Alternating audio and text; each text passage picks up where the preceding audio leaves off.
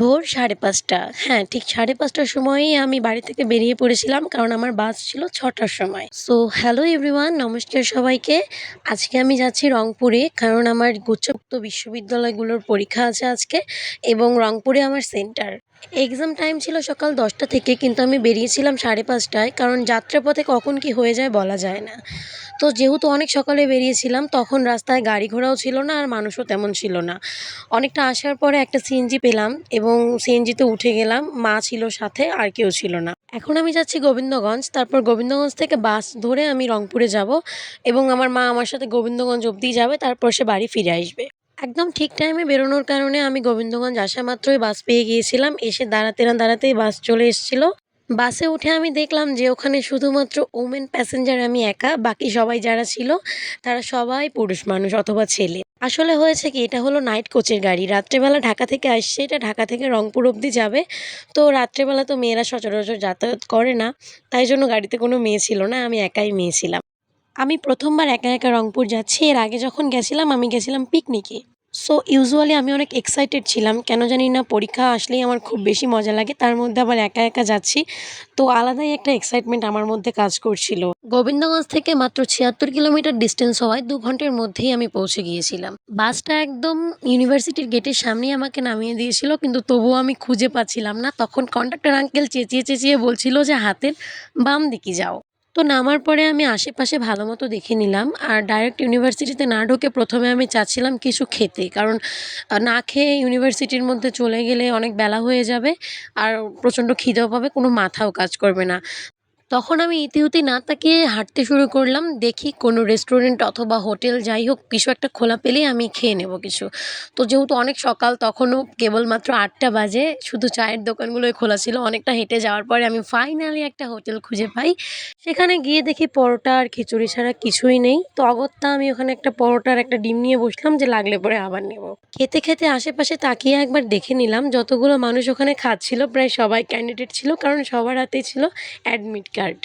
খাওয়া শেষ করে ওখান থেকে বেরিয়ে পড়লাম এবং এখন আমি যাচ্ছি ইউনিভার্সিটির উদ্দেশ্যে।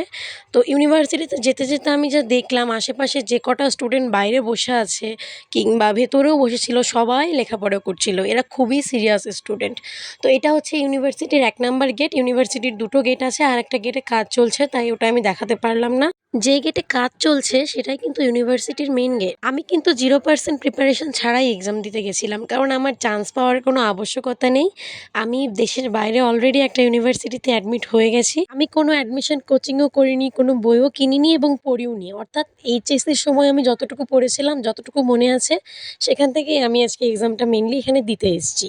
শুধুমাত্র আমার একটা ইচ্ছা ছিল যে এখানকার বিশ্ববিদ্যালয়ের পরীক্ষাগুলো কিভাবে হয়, তারপর সিট প্ল্যান, কোয়েশ্চেন প্যাটার্ন সবকিছু নিয়ে ইন্টারেস্ট কাজ করছিল বলেই আমি এক্সামটা দিয়েছি। তো ইউনিভার্সিটির গেটে ঢোকার পরে আমি এখন যাচ্ছি আমার যে বিল্ডিংয়ে সিট পড়েছে ওই বিল্ডিংটা খুঁজতে। হঠাৎ করে অনেকটা হাঁটতে হাঁটতে আমি দেখলাম এখানে একটা বিল্ডিংয়ে লেখা আছে একাডেমিক বিল্ডিং ২, আর আমার সিট পড়েছে একাডেমিক বিল্ডিং ৪-এ। তো একাডেমিক বিল্ডিং ২ যেহেতু এপাশে আছে, তাহলে ৪ অবশ্যই এখানেই থাকবে। তো আমি ওই পথ ধরেই হেঁটে যাচ্ছিলাম এবং একাডেমিক বিল্ডিং ১, ২, ৩, ৪ সবগুলোই ইউনিভার্সিটির এই পাশেই আছে। ওই তো সামনে দেখা যায় ওইটা হলো একাডেমিক বিল্ডিং ৪ আর এটা হলো একাডেমিক বিল্ডিং ৩। তো আমি একাডেমিক বিল্ডিং ৪ এর ওইদিকে গেলাম এবং যেতে যেতে আমি দেখলাম ইউনিভার্সিটিতে কিছু কিছু স্টুডেন্ট অলরেডি এসে বসে আছে। তারা ওখানে লেখাপড়াই করছে। আর এই দিক দিয়ে ইউনিভার্সিটির সেন্ট্রাল লাইব্রেরিতে যায়। এটা হচ্ছে ইউনিভার্সিটির প্রশাসনিক ভবনের পেছনের সাইডটা। আর ওই হচ্ছে একাডেমিক বিল্ডিং ৪, যেখানে অলরেডি কিছু স্টুডেন্ট এসে ফটো সেশন করছে। কিন্তু আমি যাওয়ার পরপরই প্রায় সবাই ওখান থেকে চলে গেছিল। তো একাডেমিক ভবন ৪টা হচ্ছে মূলত রসায়ন এবং পদার্থবিজ্ঞান বিভাগের স্টুডেন্টদের জন্য। বিল্ডিংটা দেখার পরে আমি এবার যাচ্ছি পুরো ক্যাম্পাসটা ঘুরতে। আর এটা হলো ইউনিভার্সিটির ক্যাফেটেরিয়া, যেখানে জনতা ব্যাংকের একটি শাখাও আছে। আর এই গাছগুলোর ওই পাশে আছে একটা মাঠ, যেখানে এই ইউনিভার্সিটিরই ছেলেরা শুধুমাত্র খেলতে পারে, বাইরের কেউ এসে খেলতে পারবে না। এই হচ্ছে ইউনিভার্সিটির ক্যাম্পাসের সুন্দর রাস্তা। তো সুন্দর সুন্দর রাস্তা দিয়ে হেঁটে যাচ্ছিলাম এবং ভাবছিলাম, আমি কিন্তু ২০১৯-এও একবার এসেছিলাম এই ইউনিভার্সিটিতে। তখনকার থেকে এখন একটুখানি পরিবর্তন তো হয়েইছে। অল্পতেই আমি অনেক ক্লান্ত হয়ে যাই, তাই আনফরচুনেটলি আমি পুরো ইউনিভার্সিটিটা ঘুরতে পারিনি। আর কাছে গিয়ে গিয়ে কোনো বিল্ডিংয়ের ভিডিও শ্যুটও করা হয়নি।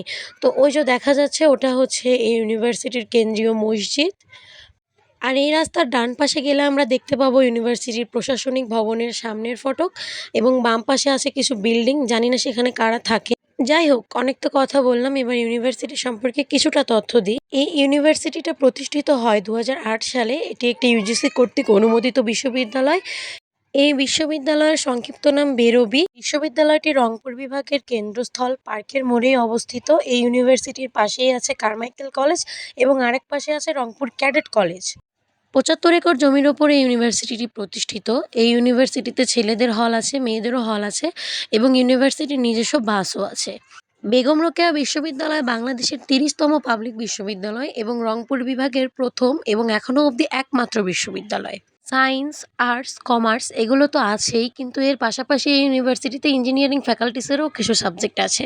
আর নাট্যকলা এবং সঙ্গীত বিভাগ সম্পর্কে আমি সঠিক তথ্য জানি না, তাই আমি বলতে পারলাম না। বাংলাদেশে এই ইউনিভার্সিটির র্যাঙ্কিং হচ্ছে ৩১তম এবং ওয়ার্ল্ড র্যাঙ্কিংয়ে এই ইউনিভার্সিটি ৫,৫০০-এর ওপরে। এটি একটি বি ক্যাটাগরির ইউনিভার্সিটি। জিএসটি এক্সামে যাদের মার্ক মিডিয়াম অথবা মেরিট পজিশন মিডিয়াম পজিশনে আছে, তারা চাইলে এই ইউনিভার্সিটিতে অ্যাডমিট হতে পারে। এবং আমি এই ইউনিভার্সিটিটা ঘুরে যতটুকু জানতে পারলাম সেটা হচ্ছে এটা খুবই ডিসিপ্লিনড একটা ইউনিভার্সিটি। এখানে জায়গায় জায়গায় নোটিশ বোর্ড ঝোলানো আছে এবং অনেক কিছুর নিষেধাজ্ঞা দেওয়া আছে, যেটা বাংলাদেশের অনেক বিশ্ববিদ্যালয়েই দেওয়া নেই।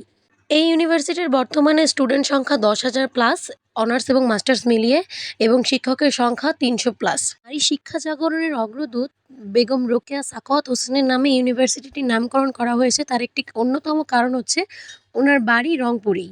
রংপুর পায়রা বন্দরে বেগম রোকেয়া সাখাওয়াত হোসেনের বাড়ি এবং সেখানে বেগম রোকেয়ার একটি স্মৃতি জাদুঘরও রয়েছে। শিক্ষাক্ষেত্রে উত্তরবঙ্গের মধ্যে সবচেয়ে প্রসিদ্ধ শহর হচ্ছে রংপুর। উত্তরবঙ্গের বেশিরভাগ এলাকা দরিদ্র সীমার নিচে থাকার কারণে এখানকার মানুষ ভালো মতো খেতেই পায় না, তো লেখাপড়াটা কি করে করবে।